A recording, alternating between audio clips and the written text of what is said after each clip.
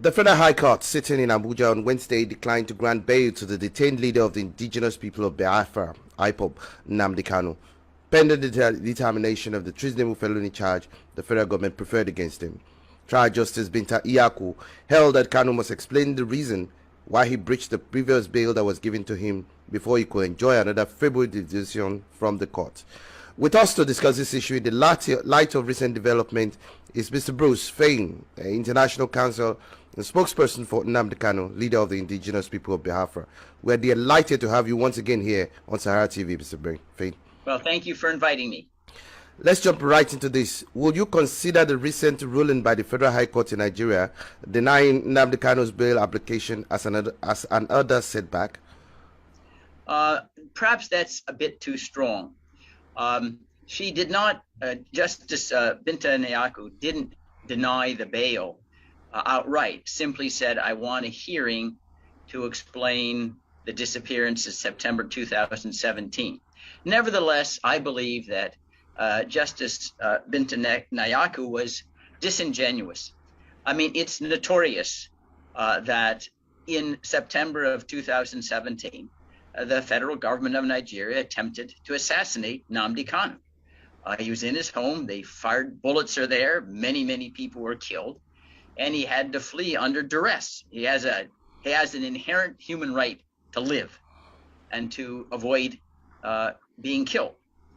Not only that, before this hearing, the Abia High Court had made a specific ruling that Nnamdi Kanu was entitled to $5 billion in naira, payable by the federal government of Nigeria for the attempted assassination and other human rights violations against him in September 2017. So we already have an adjudication confirming that Nnamdi Kanu did not flee any sense voluntarily. In the law, it's called he fled under duress. Anyone else would. It wasn't a voluntary choice in the sense that he had an option other than agreeing to die if he didn't flee, and that excuses the flight under in the eyes of the law. And in my judgment, this is a fact so notorious that it's hard to imagine that someone who's as learned as Binta Iyaku wouldn't know that. So in some sense, she kind of pushed the issue down the road. She didn't say no. And I do believe at the next hearing, we will hear a full explanation of the Abia High Court's decision, how a colleague of hers, a judge, has already found that the government attempted to assassinate Nnamdi Kanu, and that was why he had to flee. And that means that he would not be a risk of flight if they granted bail now, because his earlier flight was not voluntary, it wasn't evasive, it's self-preservation. The hearing yesterday did not go without another legal shenanigans by the federal government prosecuting counsel as they attempted to dump another new amended charges on the court. Justice Iyaku went ahead to strike out the charges preferred against Nnamdi Kanu. What's your reaction to this? Well, I think this is now the third time that the government has amended their charges. And remember, we are now at 11 months since the government detained Nnamdi Kanu. And they have limitless resources to investigate and prosecute the case and to continue to amend the charges. And remember, these amendments come after the government has certified in their previous filings that the investigation is finished and concluded. Then if it's concluded and finished, why do you keep adding charges? There's no new information there.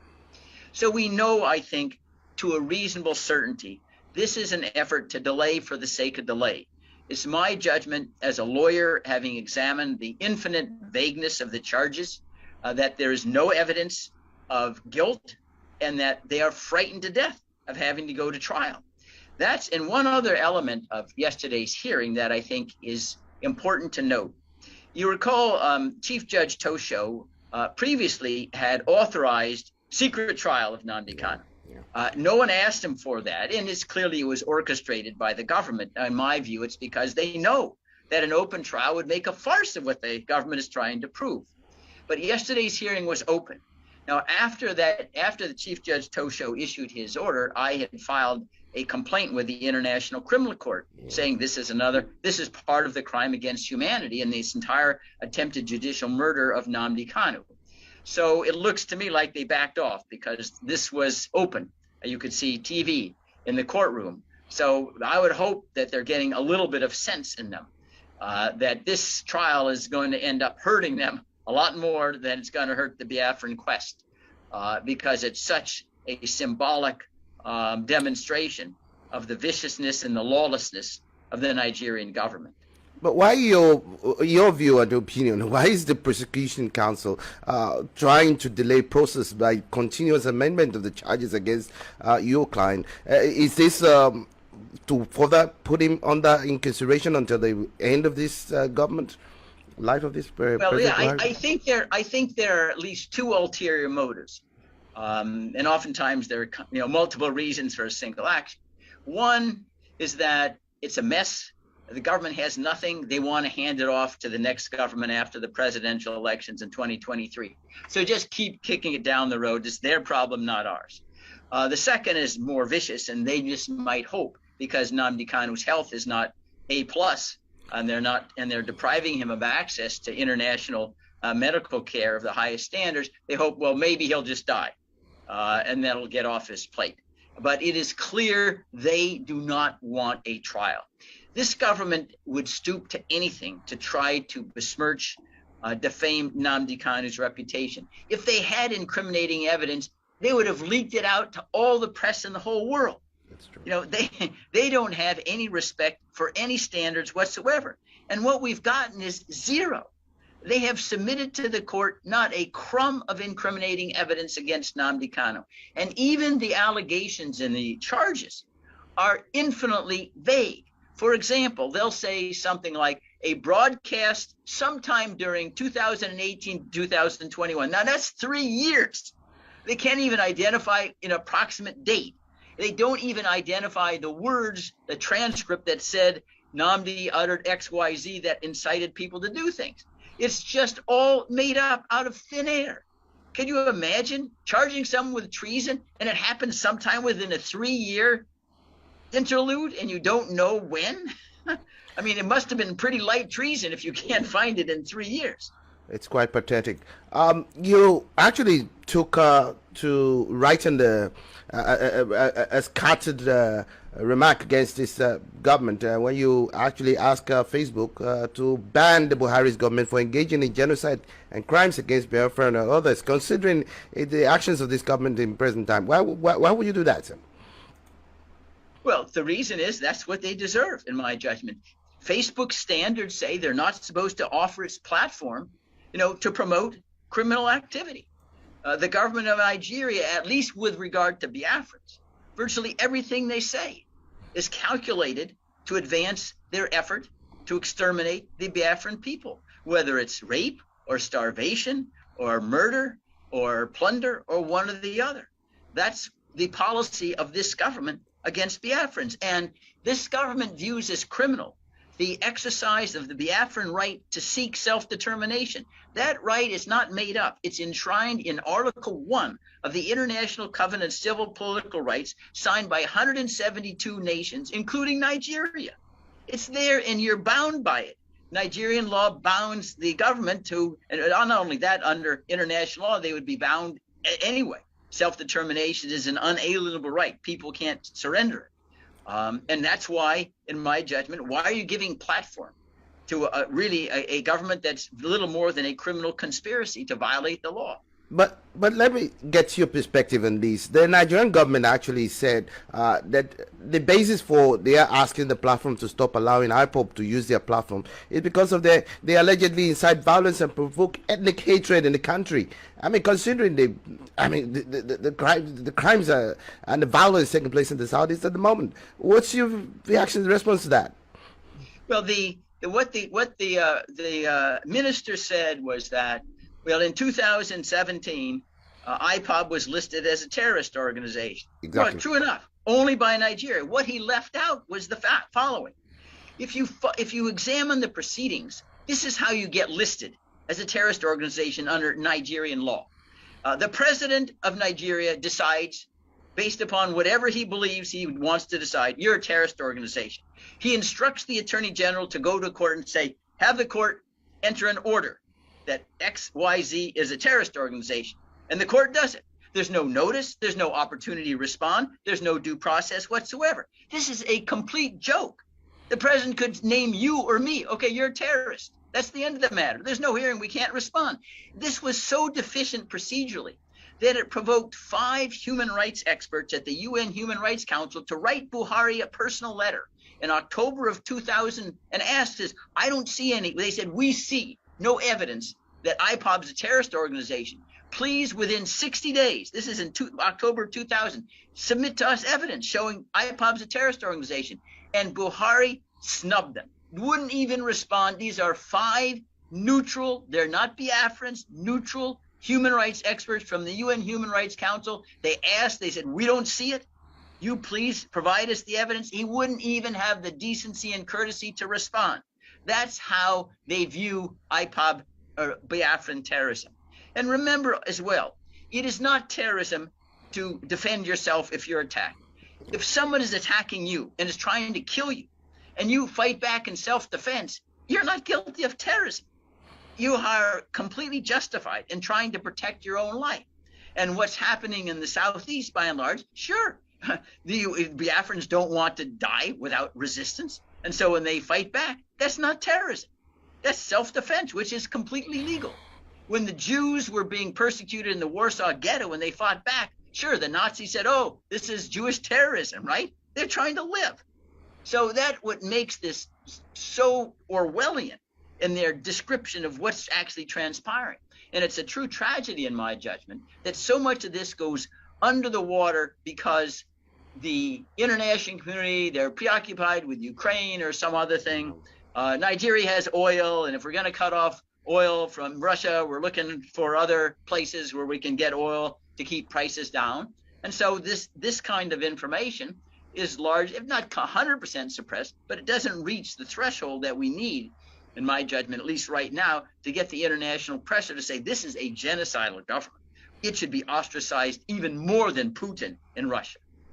Now, let's get a sense, or help us get a sense of this. I mean, the crisis in the southeastern part of the country with regards to violence that is orchestrated against the citizens of the southeastern part of the country, which has actually been, we've had cases of unknown gunmen, I mean, destroying properties that sit at home, others by Ipob, and also governments, actions. And recently, well, one of the governors of the southeast actually paid a visit to Nnamdi Kanu in detention. And still yet, even after the visit, there's been an uptick in the violence in the southeast. Is Ipob responsible for all this? Ipob is not responsible in any legal sense. I mean, if we think about the stay-at-home practices, it's what you might call a boycott as a form of demonstration. That is completely protected. In the United States of America, when I was growing up, one of the most effective ways that the blacks were able to get their civil rights, a very famous Montgomery, Alabama bus boycott. The blacks said, okay, we're not going to patronize the buses. True. That was constitutionally protected freedom. That is one way in which you are expressing your opposition to something. And you have a free speech right to do that, freedom of association right to do that. Why are you condemning these people for staying at home as a method, because they can't vote you out because the voting process is corrupted, as a method of saying we do not subscribe to your policies? And that is viewed by the government as somehow criminal activity. You know, this is peaceful protest at its best, at its most civilized. You also tackled the United Kingdom government over its inaction on the Biafran agitation recently. You asked them, saying that the UK government have been missing in action to support the Biafran agitation. Could you expatiate more on this? Yes. The right to self-determination, as I say, is of peoples, again, enshrined in many international human rights covenants, including those to which Great Britain is a signatory. In fact, if we want to trace the origins of this idea, It's found in the United States Declaration of Independence, where it announces all peoples have the right to government by the consent of the governed. That's a different way of saying self-determination. It's the consent of the governed that determines what the government ought to be. And that the UK, when they colonized Nigeria, they had, and this is after the UK had signed treaties with Biafra in the 1800s, treaties recognizing that it was a legally cognizable entity, Biafra. Then they amalgamate Biafra with the Yoruba, the Hausa Fulani, others in 1914. They extinguished their nationhood, which they previously recognized through treaties. And then when it comes to 1960 with independence and under decolonization rules specifically stipulate that all peoples have a right to self-determination. Instead of having self-determination votes in 1960 and then diffusing the power that they were exercising and forcing all the Nigerians under one roof based upon the results of self-determination votes, and it could have been a Biafran vote, a Yoruba vote, Hausa Fulani. They just decamped and gave it to a unitary government that was basically its successor to its own illegal uniform government that was never agreed to by a single African vote. And I want to underscore this. When the boundaries of Nigeria were drawn, not one Nigerian in those boundaries voted for it. It was all imposed by whites thousands of miles away. So if that's not injustice, I don't know what is. I'd say, and as an American, I feel strongly, of course, we separated from Great Britain too, because they were denying us any representation in 1776. So that is why the UK is missing in action. They ought to be in the forefront, urging that Nigeria should be enforcing Article 1, the International Covenant on Civil and Political Rights, hold a referendum under United Nations auspices. Most recently, it was done in South Sudan. The South Sudanese voted like 99.9% to secede. Unfortunately, the nation has not prospered afterwards, but at least they had the right to self-determination. So we know how to do this. It's not reinventing the wheel. And UK has an obligation as a prominent member of the international community to seek to enforce their own international right of self-determination, especially because Britain itself, it gives Scotland the right to self-determination. They were able to vote whether they wanted to secede. It gave the Northern Ireland a right to decide whether they wanted to be part of UK or Ireland. So the British know how to do this. So when it's the white Anglo-Saxon, they give them the right. Why are Nigerians or Biafrans any less human than the Scotch or the Northern Irish? They aren't.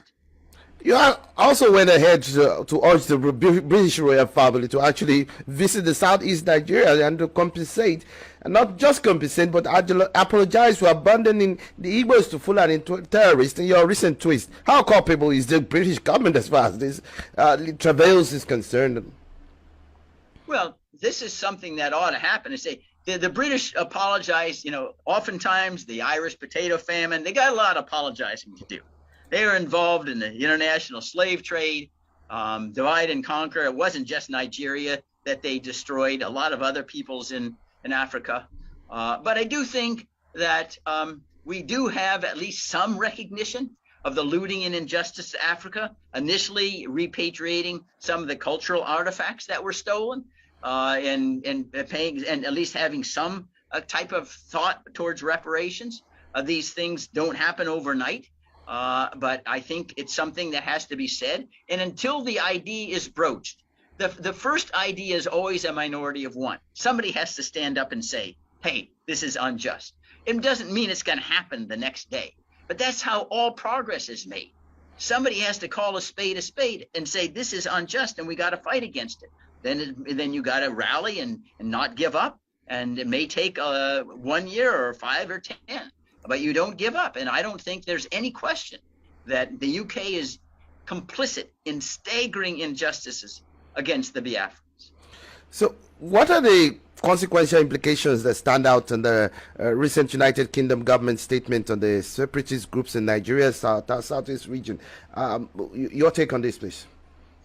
Well, I think it was largely overstated.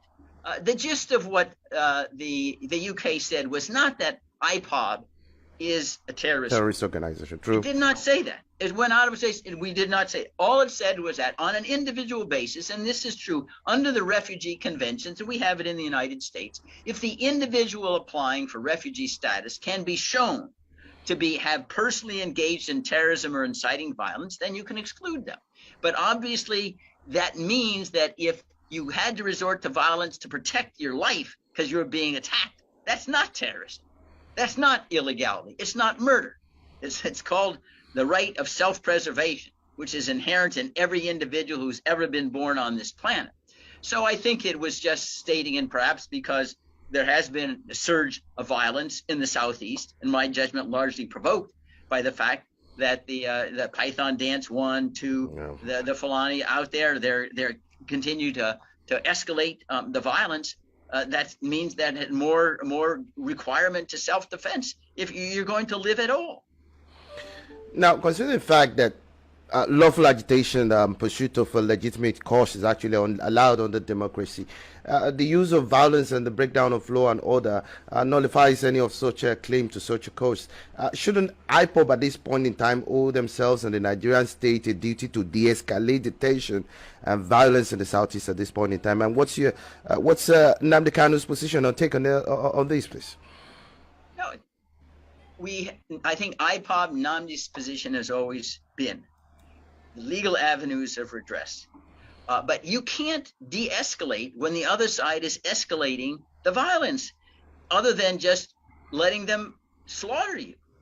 That's what the Jews found out with the Nazis. They're supposed to de-escalate in Auschwitz, and Bergen-Belsen, and Dachau, and the Warsaw Ghetto.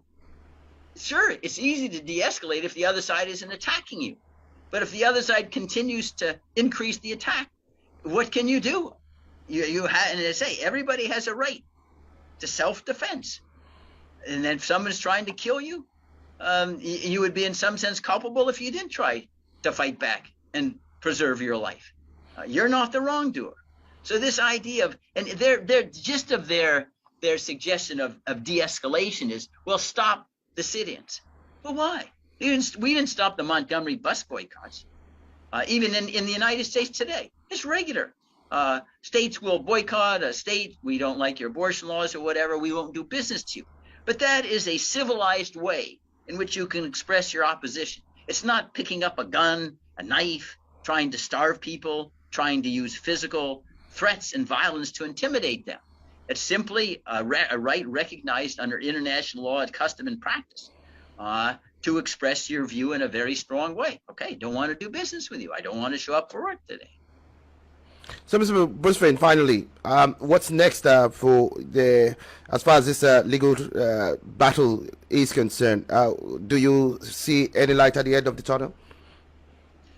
Well, if we were in an ordinary legal system, the answer would be yes, because it looks like there's supposed to be a trial to begin on May 26th. 26th, yep. But listen, I've been there and to see how many dates get changed at the drop of a hat, 5 hours before something's supposed to start. I think what we do know is this, that the government of Nigeria will respond to pressure, but law really has very little to do with what transpires. And so we still, again, with peaceful means, and that's advocacy, strong advocacy, point out the lawlessness and the injustice. And I would hope that they would find it in their best interest for everybody. If you are treating the Biafrans differently, why are you worried about, decently, why are you worried about a referendum? They'll vote to stay in. The Scottish voted to stay in with the UK, right? They rejected independence. The reason why you're fearing them is because you're oppressing them. If you want them to vote the other way, how about giving them the right to govern themselves that they've been denied for a century or more? So I just think, unlike other legal systems, it's very, very problematic here. I am guardedly optimistic, however, that given the definitiveness of the Abia High Court's ruling that Nnamdi Kanu had to flee in 2017 to escape an assassination attempt by the government and award 5 billion naira in damages, I think that will be influential in Justice Binta Nyaku's decision on bail, and that would mean Nnamdi Kanu's out. He would have access to his lawyers, including me, because I've been denied access to him on 5 occasions, even though under Nigerian law and international law, he's a right to counsel. So I'm guardedly optimistic that maybe they're kind of getting the message that this is turning into a crown of thorns for them. But say it's guarded because this government is going to act based upon outside pressure, not the inherent justice of this situation. Mr. Bruce Fein, the International Council and spokesperson for Nnamdi Kanu, leader of the indigenous people of Biafra, Ipob. It's always a pleasure having you on Sahara TV. Thank you so much. Thank you for inviting me. You're a wonderful questioner. Take care, please. Okay. Bye.